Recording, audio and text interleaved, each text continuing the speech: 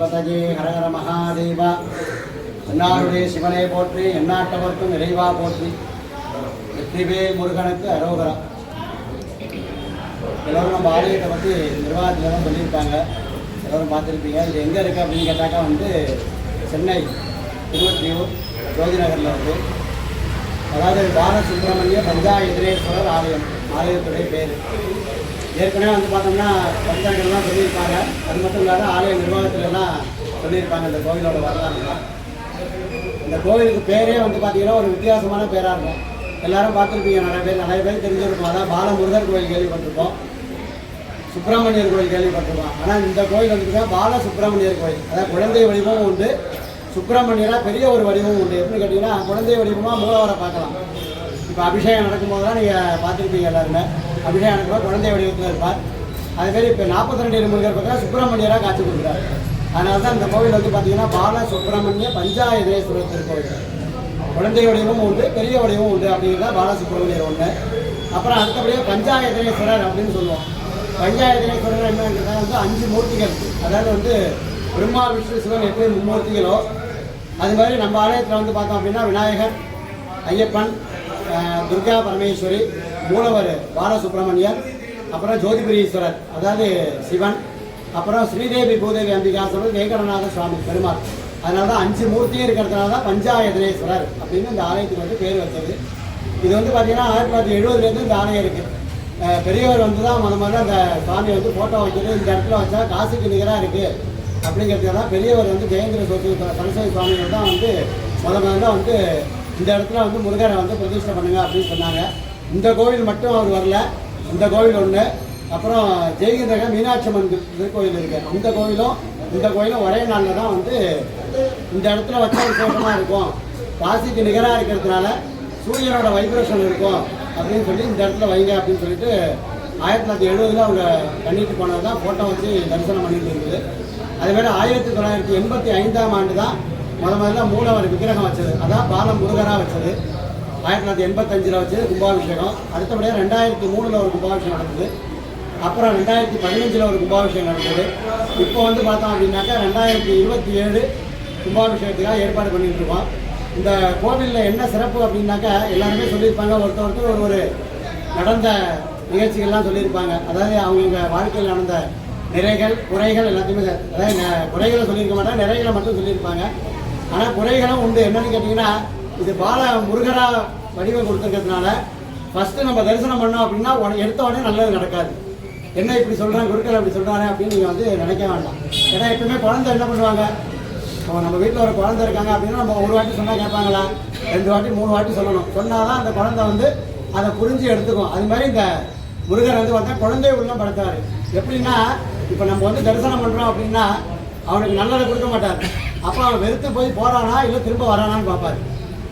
எல்லா கடவுளுமே அப்படி தான். ஆனால் நம்ம ஆலயத்தில் உள்ள முருகர் கண்ணெதிரில் அதை பண்ணுவார். அதனால தான் குறைஞ்சது ஒரு 6 வாரம் முருகரை தரிசனம் பண்ணால் தான் நல்லது நடக்கும். சில பேர் 1 வாரம் பண்ணிட்டு போவோம், நல்லது நடக்காது. சில பேர் எடுத்து போயிடுவாங்க. என்ன வந்தோம் ஒன்றுமே நடக்கலை, சுவாமியை தரிசனம் பண்ணிட்டு போனால் ஒன்றுமே நடக்கலாம் அப்படிம்போம். ஆனால் அப்படி பண்ண மாட்டார். முருகர் பால முருகர் அப்படியே குழந்தை உள்ளம் படுத்துவார். அதனால தான் 1க்கு 4 வாட்டி. அதாவது எந்த கோயில் போனாலுமே சுவாமி தரிசனம் பண்ணும்போது கடவுளே வெறுத்து போய் கொடுக்கணுமா. இவங்க என்ன வந்துட்டே இருக்கானே, இவனுக்கு ஏதாவது ஒன்று பண்ணிவிடுவோம், இவனுக்கு நல்லதை பண்ணிவிடுவோம் அப்படின்னு சொல்லிட்டு நினைக்கிற அளவுக்கு நம்ம சாமியை தரிசனம் பண்ணணும், சாமியை கும்பிடணும் அப்படின்னு சொல்லுவோம். அதேமாரி இந்த கோயில் பாலமுருகர் குழந்தை உள்ளம் படுத்தவர். அதனால் யார் வேண்டுவோருக்கு வேண்டுவதை அருளக்கூடியவர். அதாவது சத்ரு சம்ஹார மூர்த்தி. திருச்செந்தூரில் போய் முருகர் சத்ரு சம்ஹார மூர்த்தியாக எதிரிகளை வசம் பண்ணக்கூடியவர். பாலமுருகராகவும் பாலசுப்ரமணியராகவும் நம்ம நகரில் அருள்பாலித்து வருகிறார். அதனால் எல்லோருக்கும் என்ன குறைகள் இருந்தாலும் ஒரு 6 வாரம் முருகருக்கு செவ்வாழை பழம் வச்சு தரிசனம் பண்ணால் விசேஷம். எதுக்காக செவ்வாழை பழம் விசேஷம் அப்படின்னாக்கா இந்த கோயிலில் செவ்வாழை பழம் விசேஷம். ஏன்னா முருகருக்கு பிடித்தமானது செவ்வாழை தான் பொதுவாகவே. அது குழந்தைக்கு பார்த்தீங்கன்னா வாழைப்பழம், இந்த ஃப்ரூட்ஸ் எல்லாம் ரொம்ப பிடிக்கும்.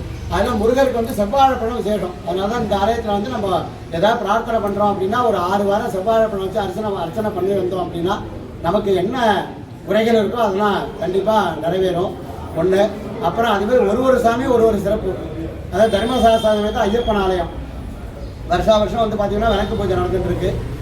படி பூஜை, விளக்கு பூஜை ஜனவரி 1 அன்னைக்கு ஆலயத்தில் பண்ணுறோம்.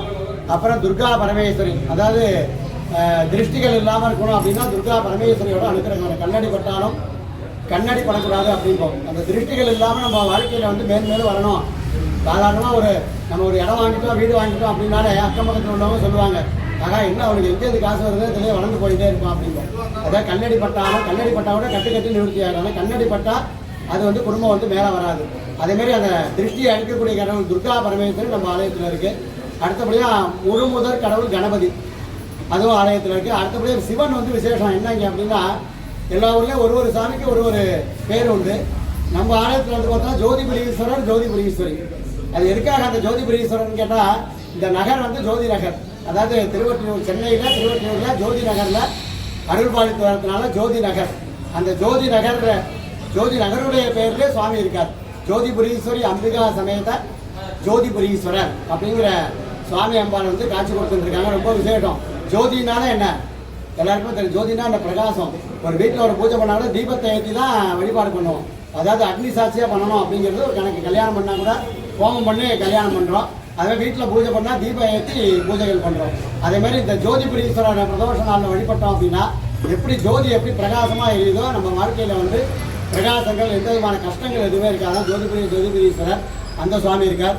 அடுத்து ஸ்ரீதேவி பூதேவி அம்பிகா சமேத வெங்கடேச பெருமாள். அதாவது வாழ்க்கையில் பணம் காசு கொடுக்க ஒரு பெருமாள் தான். அதனால் கல்யாண குளத்தில் ஸ்ரீதேவி பூதேவி அம்பிகா சமேத வெங்கடேச பெருமாள் ஆலயம். அது மட்டும் இல்லாத 42 சுப்பிரமணிய சுவாமி இருக்கார். அப்புறம் வந்து பார்த்தீங்கன்னா ஒரு நிர்வாகம் ஒன்று எடுத்து பண்ணாங்க. 2003 வந்து பார்த்தீங்கன்னா ஒரு நிர்வாகத்தில் இருந்தவங்க வந்து ராமூர்த்தி தலைவராக இருந்து அப்போ பண்ணார். அடுத்தபடியாக 2010 விஜி ரவின்னு அவர் தலைவராக இருந்து எடுத்து இந்த மண்டபம்லாம் கட்டினார்.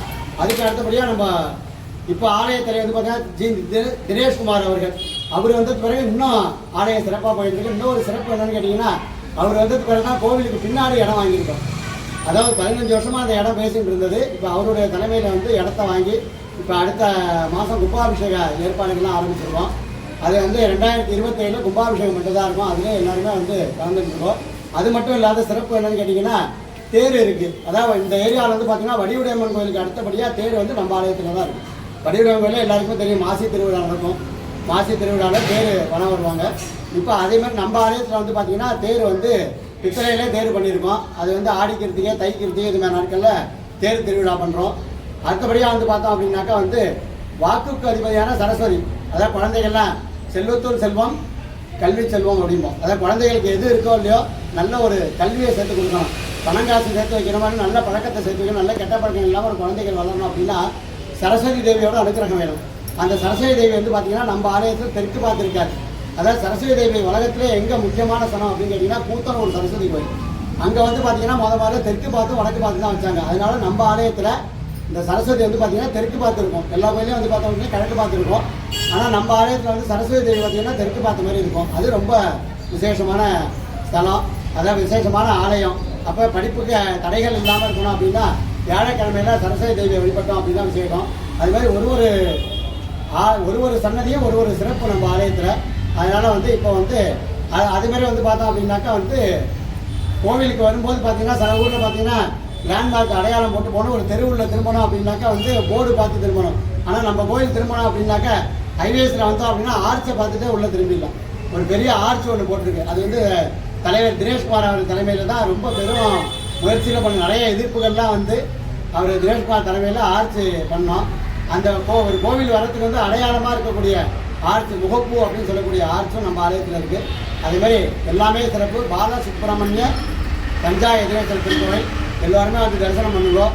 முடிஞ்ச வரைக்கும் 6 வாரம் செவ்வாய் வச்சு அர்ச்சனை பண்ணி முருகப்பெருமான பரிபூர்ணம் அனைவருக்கு பெறுமாறு ஆலய நிர்வாகத்தின் சார்பாகவும் கிராம நிர்வாகத்தின் சார்பாகவும் கோவில் சார்பாகவும் பிரார்த்தனை செய்து கொள்கிறோம். வேண்டுவோருக்கு வேண்டுவதை அளிக்கக்கூடிய முருகப்பெருமானோட அனுகிரகம் பரிபூர்ணமாக எல்லோருக்கும் இருக்கணுங்கிறத இந்த நேரத்தில் நான் பிரார்த்தனை பண்ணிக்கிறேன்.